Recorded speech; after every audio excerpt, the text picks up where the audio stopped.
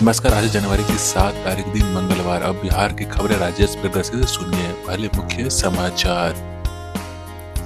उपेंद्र कुशवाहा को नीतीश कुमार ने उनके हाल पर छोड़ा। कहा जेडीयू में कई बार आए फिर भी दिया सम्मान, अब वे खुद से निर्णय लें। सारण हिंसा मामले में बिहार सरकार ने बड़ी कार्रवाई की है। गृह विभाग ने जिला प्रशासन को जिले में 8 फरवरी तक सभी सोशल साइट्स बंद करने का निर्देश दिया।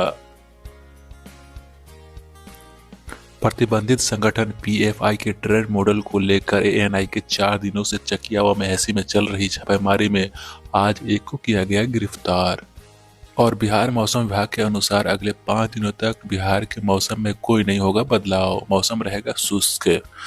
समाचार विस्तार से जानने से पहले श्रोताओं कमेंट बॉक्स में आप यह लिखकर बताएं कि इस न्यूज बुलेटिन को किस जगह से सुन रहे हैं। समाचार अब विस्तार से। प्रतिबंधित संगठन पीएफआई के ट्रेड मॉडल को लेकर एएनआई के 4 दिनों से चकिया व मेहसी में चल रही छापेमारी में आज मोहम्मद बिलाल पकड़ा गया। वह पीएसआई ट्रेनर सुल्तान उस्मान उर्फ याकूब का राइट हैंड है। एएनआई ने उसे मधुबनी थाने के जितौरा से शक के आधार पर शनिवार की रात को हिरासत में लिया था। कड़ी पूछताछ के बाद उसकी निसंदेही पर रविवार रात कई जगहों पर छापेमारी की गई, जहां से उसे पीएफआई से गहरे संबंध के कारण खतरनाक साजिश में शामिल होने का प्रमाण मिला है। उसके बाद बिलाल को गिरफ्तार कर लिया गया। वह चकिया के हरपुर किसुनी गांव का रहने वाला है। इससे पहले एएनआई ने रविवार को एक विज्ञप्ति में एएनआई ने मेहसी बहादुर के मोहम्मद तनवीर और मोहम्मद आबिद की गिरफ्तारी की पुष्टि की थी। 4 दिनों में एएनआई ने पीएफआई के 3 खतरनाक सदस्यों को गिरफ्तार किया है। सोमवार दोपहर को तीनों को एएनआई टीम कड़ी सुरक्षा के बीच मेडिकल जांच के लिए सदर अस्पताल ले आई, जहां डॉक्टर सुभाष चंद्र भारतीय ने तीनों का मेडिकल चेकअप किया। सारण हिंसा मामले में बिहार सरकार ने बड़ी कार्रवाई की है। गृह विभाग ने जिला प्रशासन को जिले में 8 फरवरी तक सभी सोशल साइट्स को बंद करने का निर्देश दिया है। 6 फरवरी से लेकर 8 फरवरी की रात 11 बजे तक सभी सोशल साइट्स को बंद किया गया है। इस दौरान फेसबुक, ट्विटर, व्हाट्सएप समेत 13 सोशल साइट्स को बंद रखने का निर्देश दिया गया है।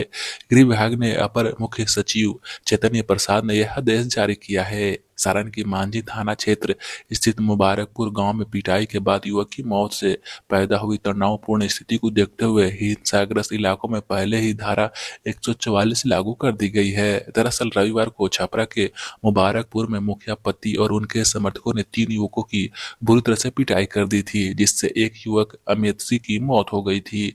बाकी दोनों युवक पीएमसीए में जिंदगी और मौत से जूझ रहे हैं। इस घटना के बाद नाराज लोगों ने इस मामले में आरोपी मुखिया पति सहित उनके आसपास के घरों में भी आग लगा दी, कई गाड़ियों को फूंक डाला। इसके बाद गांव के सभी पुरुष घर छोड़कर फरार हो चुके हैं। प्रशासन ने मौके की नजाकत को देखते हुए फिलहाल वहां धारा 144 लागू कर दी है। इस मामले में अमितेश के पिता के बयान पर मांझी थाने में मुकदमा दर्ज कर लिया गया है। दर्ज प्राथमिकी में 5 नामजद और 50 अज्ञात को आरोपित किया गया है। शासन प्रशासन का कहना है कि इस दौरान सोशल मीडिया पर कई तरह की अफवाहें फैलाई जा रही थी। लोग सोशल मीडिया के माध्यम से हिंसा फैलाने की कोशिश में लगे हुए थे। इस माध्यम में भड़काऊ संदेश और आपत्तिजनक तस्वीरें एक दूसरे को भेजी जा रही थी। इलाके में शांति बनाए रखने के लिए इन सोशल साइट्स को बंद करना एक जरूरी कदम हो गया था।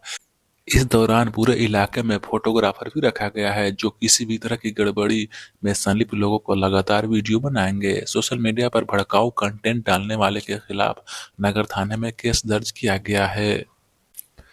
जदयू में उपेंद्र कुशवाहा को लेकर मचे घमासान के बीच पार्टी के राष्ट्रीय अध्यक्ष ललन सिंह एक बड़ा दावा करके कुशवाहा की टेंशन और बढ़ा दी है। ललन सिंह जदयू संसदीय बोर्ड के अध्यक्ष उपेंद्र कुशवाहा को लेकर कहा कि वे पार्टी में किसी भी पद पर नहीं है। फिलहाल यह पद रिक्त है।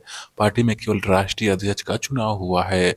चुनाव बाद केंद्रीय कमेटी का गठन नहीं हुआ है। कुशवाहा अब केवल एमएलसी हैं। पार्टी में मन से रहते हैं तो फिर संसदीय बोर्ड के अध्यक्ष बनाए जाएंगे। इसके पहले बांका में सीएम नीतीश कुमार ने कुशवाहा पर कहा कि वे पार्टी में रहकर अनर्गल बयानबाजी कर रहे हैं। उन्हें मैंने कई बार मौके दिए हैं, कई बार पार्टी में आए और गए हैं। इसके बावजूद मैंने उन्हें सम्मान दिया है, लेकिन बीते 2 महीनों से वे जिस तरह से बयानबाजी कर रहे हैं वह इसके इशारे पर कर रहे हैं। आप सब जानते ही हैं। बीजेपी पर वहीं इसी बीच उपेंद्र कुशवाहा ने अपने समर्थन में पार्टी और नेताओं कार्यकर्ताओं को एकजुट करना शुरू कर दिया है। इसी सिलसिले में 19 और 20 फरवरी को पटना में शक्ति प्रदर्शन करने जा रहे हैं। उन्होंने नीतीश कुमार के महागठबंधन में जाने से नाराज जेडीयू नेताओं और कार्यकर्ताओं को पटना बुलाया है। जेडीयू में जारी घमासान के बीच अब पार्टी में दो फाड़ होने के कयास लगाए जा रहे हैं। उपेंद्र कुशवाहा ने नीतीश कुमार पर आरोप लगाते हुए कहा था कि पार्टी में ऐसा संविधान बनाया गया है जिसमें संसदीय बोर्ड का अध्यक्ष केवल नाम का पद है। इस पद पर कोई भी अध्यक्ष एक सदस्य तक का मनोनयन नहीं कर सकता। ऐसे में इस पद को लेकर मुझे झुनझुना थमा दिया गया था। मुझे पार्लियामेंट बोर्ड का अध्यक्ष बनाया गया, लेकिन मुझे अधिकार नहीं दिया गया। उपेंद्र कुशवाहा कई सरकारी नौकरी नहीं कर रहा है, उपेंद्र कुशवाहा राजनीति कर रहा है। एमएलसी बनना किसी के लिए सरकारी नौकरी नहीं होता है। मैं अगर केंद्रीय मंत्री पद छोड़ सकता हूं तो मैं एमएलसी पद भी छोड़ सकता हूं। सीएम नीतीश कुमार का समाधान यात्रा सोमवार को बांका पहुंची, जहां उन्होंने विकास कार्यों का निरीक्षण किया और 50 करोड़ की योजनाओं का शिलान्यास किया और 65 करोड़ की योजनाओं का उद्घाटन किया। इस दौरान मुख्यमंत्री ने गोकुल बैंक सहित कई योजनाओं का जायजा भी लिया। मानिया में उन्होंने 35 मिनट तक पैदल यात्रा किया, चांदी से मछली बनाने वाली कारीगरों से बातचीत की, जिसकी ब्रांडिंग करने और हाईटेक स्तर की मशीनें उपलब्ध कराने का आदेश दिया है। जीविका दीदियों से संवाद के दौरान शराबबंदी की उपयोगिता को बताया और दहेज के खिलाफ सामाजिक मुहिम को बढ़ाते हुए लोगों से अपील की कि कोई भी दहेज लेता है तो उसकी शादी में मत जाइए। सभी लोगों को पता है कि दहेज लेकर शादी कर रहा है। लड़की से शादी होने पर लड़कों को ही फायदा होता है, इसकी इज्जत बढ़ती है और परिवार बढ़ता है। सीएम नीतीश कुमार ने कहा कि महिलाओं से अपील की है कि उन्होंने बिहार में शराबबंदी लागू करवाई है, जिसके नतीजे काफी अच्छे आ रही है। इससे पहले सीएम नीतीश कुमार ने जीविका दीदियों द्वारा उत्पादित चांदी की मछली से संबंधित प्रशिक्षण का भी जायजा लिया। इस क्रम में उन्होंने वर्मी कंपोजिट यूनिट का निरीक्षण और जल जीवन हरियाली योजना से निर्मित तालाब में मछली देकर उद्घाटन भी किया। इसके बाद सीएम नीतीश कुमार करझौसा में रेशम कोकू केंद्र, बकरी पालन, लेमनाग्र प्रोसेसिंग यूनिट का भी निरीक्षण किया और सभी कार्यों की सराहना की। बिहार में पटना से बेतिया तक नए 4 लेन एनएच 139 के करीब 167 किलोमीटर के अलाइनमेंट में बकरपुर सोनपुर से मानिकपुर तक करीब 38.8 किलोमीटर लंबाई में सड़क का निर्माण 2025 में पूरा हो जाएगा। इसके निर्माण एजेंसी के चयन के लिए एनएचआई ने टेंडर जारी कर दिया है। इस टेंडर को 22 मार्च तक भरा जा सकेगा और 23 मार्च को यह टेंडर खुलेगा। टेंडर द्वारा चयनित निर्माण एजेंसी को अप्रैल से काम करने शुरू करने की मंजूरी मिल जाएगी। इस सड़क निर्माण की अनुमति लागत लगभग 867 करोड़ रुपए है। इस 4 लेन के बन जाने के बाद पटना से वैशाली की दूरी घटकर 40 किलोमीटर रह जाएगी। साथ ही यह दूरी करीब आधे घंटे में तय की जा सकेगी।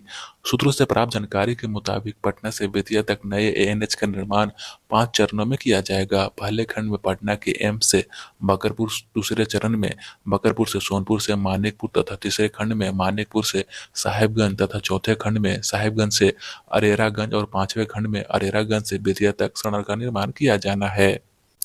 इंटर परीक्षा के 5वें दिन सोमवार को साइंस संकाय के स्टूडेंट की बायोलॉजी की परीक्षा दी गई। वहीं दूसरी पाली में आर्ट संकाय में स्टूडेंट के राजनीति विज्ञान और कॉमर्स के स्टूडेंट्स के बिजनेस स्टडीज का पेपर दिए गए। 73 केंद्रों पर 2 पालियों में परीक्षा हुई। परीक्षा को कदाचार मुक्त व शांतिपूर्ण माहौल में संपन्न कराए जाने को लेकर दिन भर मजिस्ट्रेट से लेकर शिक्षा विभाग के अधिकारी लगे रहे। इधर बोर्ड के नोडल पदाधिकारी द्वारा कदाचार में लिप्त पाए गए 11 परीक्षार्थियों को निष्कासित कर दिया गया। प्रथम पाली 1 व दूसरी पाली में 10 परीक्षार्थियों को निष्कासित किया गया। वहीं हाई स्कूल कल्याणपुर के सीएस संतोषजनक कार्य नहीं किए जाने के कारण हटा दिया गया। विभिन्न जिला मुख्यालय में जाम की समस्या तो आम है, लेकिन अभी इंटरमीडिएट परीक्षा की जाम की समस्या से काफी परेशानी हो रही है, जिसके कारण परीक्षार्थी को परीक्षा केंद्र पहुंचने के लिए भाग दौड़ करना पड़ रहा है। हालांकि जाम की समस्या से निजात दिलाने के लिए कई जगहों पर पुलिस तैनात किए गए हैं, इसके बावजूद भी जाम से निजात नहीं मिल रहा है। इस दौरान जाम की समस्या से परीक्षार्थियों को सबसे अधिक परेशानी शहर के Tajpur road, तिरहुतपुर academy road, Adarsh Nagar road, कचहरी रोड इत्यादि जगहों पर होती है। हालांकि परीक्षा के दौरान जाम से निपटने के लिए पूर्व में कई बार प्रशासनिक बैठक हुई थी, जिसके कारण चिन्हित जगहों पर कार्रवाई भी की गई थी। भागलपुर में विक्रमशिला पुल पर सोमवार सुबह हुई दर्दनाक सड़क हादसे में एक छात्रा समेत 2 लोगों की मौत हो गई। पटना के कदमुआ थाना क्षेत्र में सिलेंडर ब्लास्ट की खबर मिली है। अमरूद गली के एक मकान में गैस सिलेंडर में धमाका होने के बाद एक शख्स की मौत हो गई, जबकि परिवार के 4 लोग घायल हो गए हैं। घायलों का इलाज के लिए पीएमसीएच में भर्ती कराया गया है। बिहार में निकाली जा रही कांग्रेस की भारत जोड़ो यात्रा मोतिहारी शहर में प्रवेश कर गई है।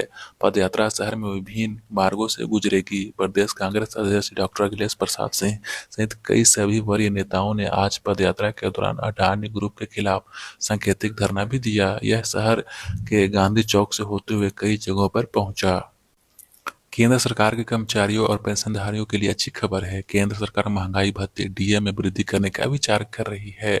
ऐसी संभावना जताई जा रही है कि महंगाई भत्ते में 4% की वृद्धि हो सकती है, जिसके बाद महंगाई भत्ता 38% बढ़कर 42% हो जाएगी। इसका फायदा केंद्र सरकार के 1 करोड़ से अधिक कर्मचारी और पेंशनधारियों का होगा। इसके लिए एक फॉर्मूले पर सहमति बन गई है। बता दें कि हर महीने श्रम ब्यूरो द्वारा जारी औद्योगिक श्रमिकों के लिए उपभोक्ता मूल्यांकन सूचकांक सीपीआई आईडब्ल्यू के आधार पर कर्मचारियों और पेंशनधारियों के लिए महंगाई भत्ते की गणना की जाती है। श्रम ब्यूरो श्रम मंत्रालय की एक हिस्सा है। इससे पहले डीए में 1 जुलाई से 4% इजाफा किया गया था, जिसके बाद बढ़कर यह 38% हो गया था।